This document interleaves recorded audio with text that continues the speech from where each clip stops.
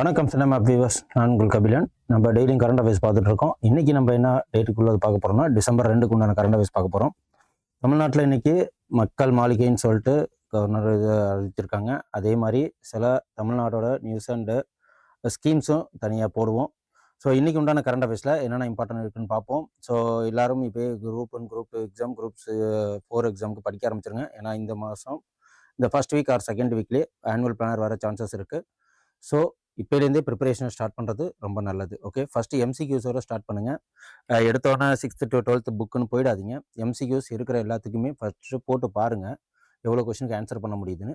அதுக்கப்புறம் நீங்கள் சிலபஸை வச்சுட்டு படிக்க ஆரம்பிங்க. ஓகே, சிலபஸ் வைஸாக படிங்க, புக் வைஸாக போகாதீங்க. சிலபஸ் வைஸாக போனால் தான் இப்போ இருக்கிற எக்ஸாமை பாஸ் பண்ண முடியும்.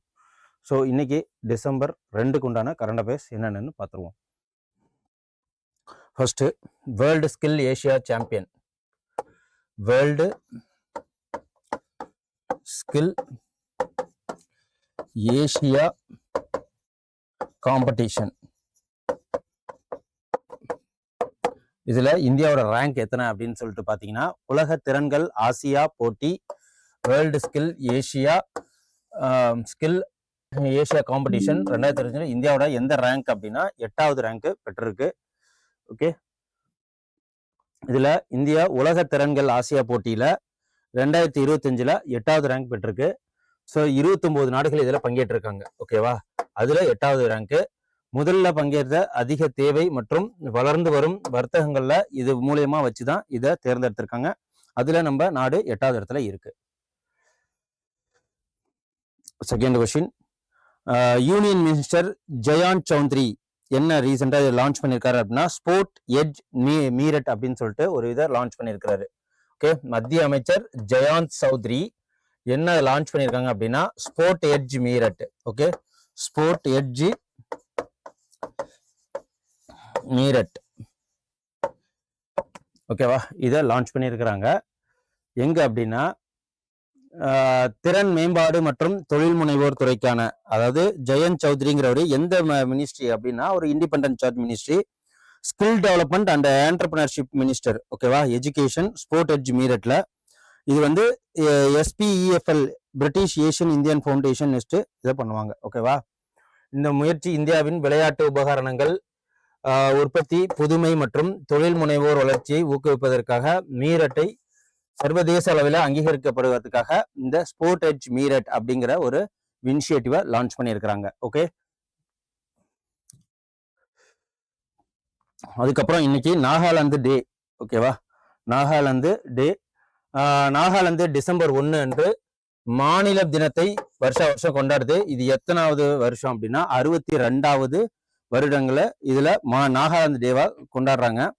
ஏன்னா இதுதான் வந்து எத்தனாவது மாநிலமாக பிரிக்கப்பட்டது அப்படின்னு பார்த்தீங்கன்னா, இது வந்து 16வது மாநிலமாக 1963 பிரிக்கப்பட்டது, மாநிலமா அறிவிக்கப்பட்டது. ஓகேவா, நாகாலாந்து.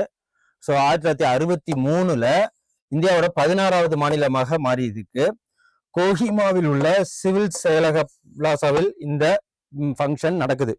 ஓகேவா, இதுல யார் இப்ப நாகாலாந்து கவர்னரா இருக்கிறாரு அப்படின்னு பாத்தீங்கன்னா, கவர்னர் அஜய் குமார் பல்லா அவர் தான் இருக்கிறாரு. சீஃப் மினிஸ்டர் யாரு அப்படின்னா, நாகாலாந்து வந்து டவுன் ஆஃப் டிகேட்ஸ், அதுல இப்போதைக்கு இந்த ஸ்டேட் லாங் டேர்ம் டெவலப்மெண்ட் விஷனுக்காக இந்த திட்டங்களை மாநிலத்துல நீண்டகால வளர்ச்சி, தொலைநோக்கு பார்வை இதெல்லாம் சேர்ந்து இதுல பேசியிருக்கிறாங்க.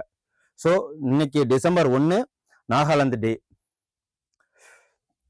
அதுக்கப்புறம் அடுத்த கொஸ்டின், 4வது question, gold prize for public outreach communication Indian international trade ஃபேர்ல நடந்திருக்கு. ஓகேவா, இது IITF அப்படின்னா Indian international trade fair.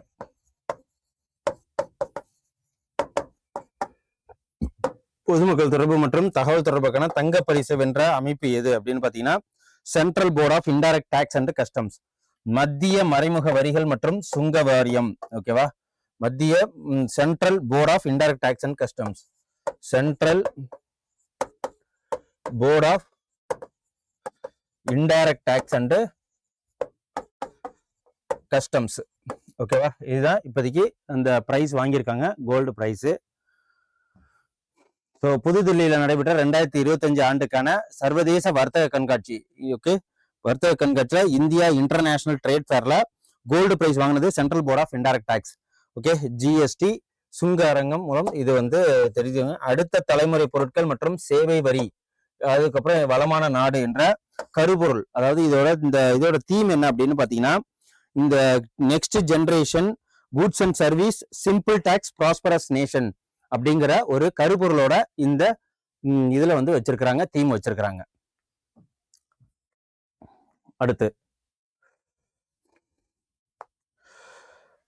CNN news 18ல India of the year award யாருக்கு கொடுத்துருக்காங்க?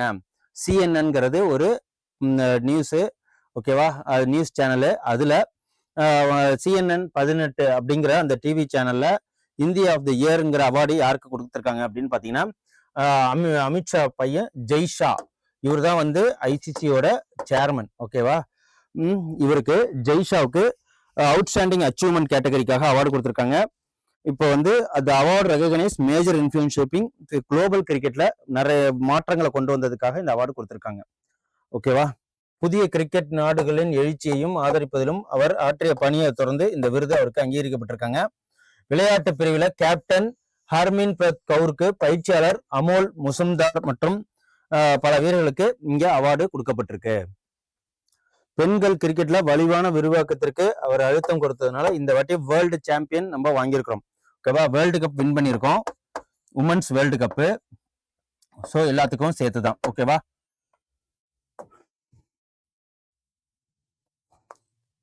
அப்புறம் நவம்பர் 28, ஓகேவா, நவம்பர் 28ஆம் தேதி நினைவு தினம் யாருக்கு இதுல இது பண்ணப்பட்டிருக்கு அப்படின்னு பாத்தீங்கன்னா ஹிஸ்டரி, அதாவது மகாத்மா ஜோதிபா பூலே, ஓகேவா.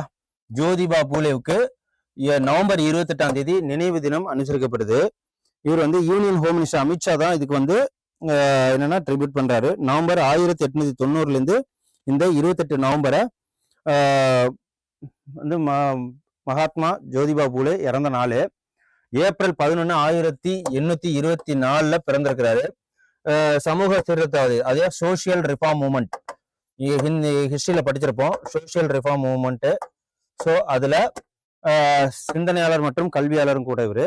ஸோ சமூக சமத்துவம், பெண்கள் அதிகாரம் அளித்தல், கல்வியை மேம்படுத்துவதற்காக அவர் பாடுபட்ட மகாத்மா ஜோதிபா பூலே 1893 என்ன ஒரு சங்கம் ஆரம்பிச்சார் அப்படின்னா சத்திய சோதக் சமாஜை நிறுவியவரும் இவரு ஜோதிபா பூலே அவர்கள் தான், ஓகேவா. 1848 இருந்து புனேவில பெண்களுக்கான முதல் பள்ளியை திறந்ததும் ஜோதிபா பூலே தான். இதெல்லாம் ஒரு ஃபேக்ட்ஸ், தெரிஞ்சு வச்சுக்கோங்க.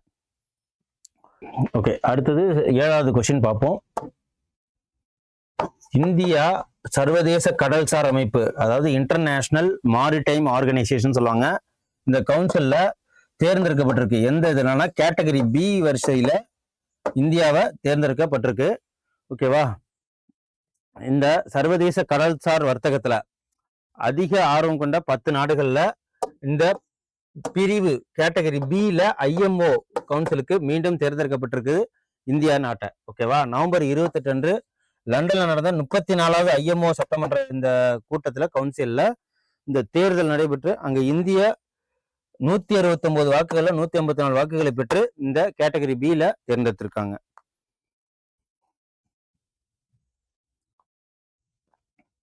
அடுத்து 8வது, 2025-29 பதவி காலத்துல இந்தியா எந்த அமைப்புக்கு மீண்டும் தேர்ந்தெடுக்கப்பட்டிருக்கு அப்படின்னு பாத்தீங்கன்னா இது வந்து யுனெஸ்கோ எக்ஸிகியூட்டிவ் போர்டு, ஓகேவா. இந்தியா ஒன்ஸ் அகெயின் இந்த இதுல வந்து யுனெஸ்கோ எக்ஸிகியூட்டிவ் போர்டுல தேர்ந்தெடுக்கப்பட்டிருக்காங்க, ஓகே. நிர்வாக வாரியம், யுனெஸ்கோ எக்ஸிகியூட்டிவ் போர்டு,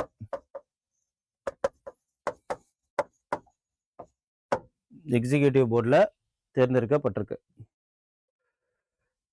ஸோ 2025-29 காலத்திற்கான யுனெஸ்கோ நிர்வாக வாரியத்தில் இந்த இது வந்து முத்திரை பெற்றிருக்கு. இந்த ஒத்துழைப்பு மூலம் கல்வி, கலாச்சாரம், அறிவியல் மற்றும் தகவல் தொடர்பு, அதாவது கல்வி, எஜுகேஷன், கல்ச்சர், அப்புறம் சயின்ஸு, கம்யூனிகேஷன், இதெல்லாம் மல்டிலேட்டரல் கோஆபரேஷன் மூலயமா இந்த யுனெஸ்கோ எக்ஸிகியூட்டிவ் போர்டு 2025க்கு திரும்பி தேர்ந்தெடுத்திருக்காங்க.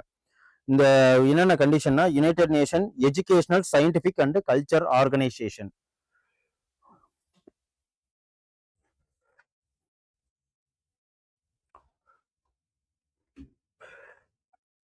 அதுக்கப்புறம் 9வது கொஸ்டின், நேஷனல் பொல்யூஷன் கண்ட்ரோல் டே 2025 எப்போ வந்து செலிப்ரேட் பண்றாங்க, கொண்டாடுறாங்க அப்படின்னு பாத்தீங்கன்னா, நேஷனல் பொல்யூஷன் கண்ட்ரோல் டே 2025 எந்த தேதியிலனா டிசம்பர் 2. ஓகேவா? இது 1984 ஏற்பட்ட இந்த போபால் கேஸ் லீக்ல நடந்துச்சு இல்லைங்களா? அப்பையிலேருந்து இந்த நேஷனல் மாசு, அதாவது தேசிய மாசு கட்டுப்பாட்டு தினம் கொண்டாடுறாங்க டிசம்பர் 2. ஓகேவா? இதுல போபால் கேஸ் ட்ராஜடி, அதுக்கு அவேர்னஸ் கொடுக்கறதுக்காக இதுல என்னென்ன வந்து பண்ணுவாங்க, இனிஷியேட்டிவ் எடுப்பாங்க அப்படின்னா, ஏர் பொல்யூஷன், வாட்டர் பொல்யூஷன், அதுக்கப்புறம் லேண்ட் பொல்யூஷன் எதுவும் நடக்காம இருக்கிறதுக்கு இதுல ஒரு அவேர்னஸ்க்காக இந்த டேவை கொண்டாடுறாங்க.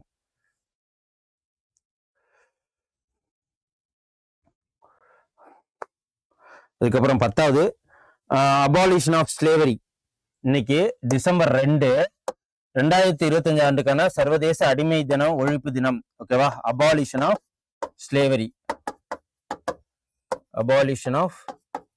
ஸ்லேவரி, டிசம்பர் 2 கொண்டாடப்படுது. எப்பன்னா, India day of the abolition of slavery, UN convention for the suppression of traffic. ஓகேவா?